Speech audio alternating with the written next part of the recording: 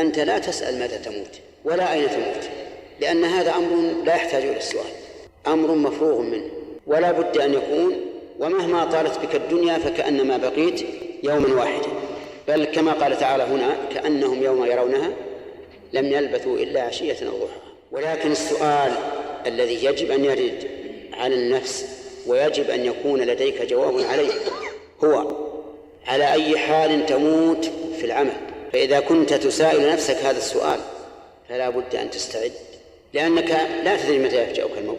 كم من إنسان خرج يقود سيارته ورجع به محمولا على الأكتاف، وكم من إنسان خرج من أهله يقول هيئوا لي الطعام الغداء أو العشاء ولكن لم يأكله، وكم من إنسان لبس قميصه وزر أزرته ولم يفكها إلا الغاسل.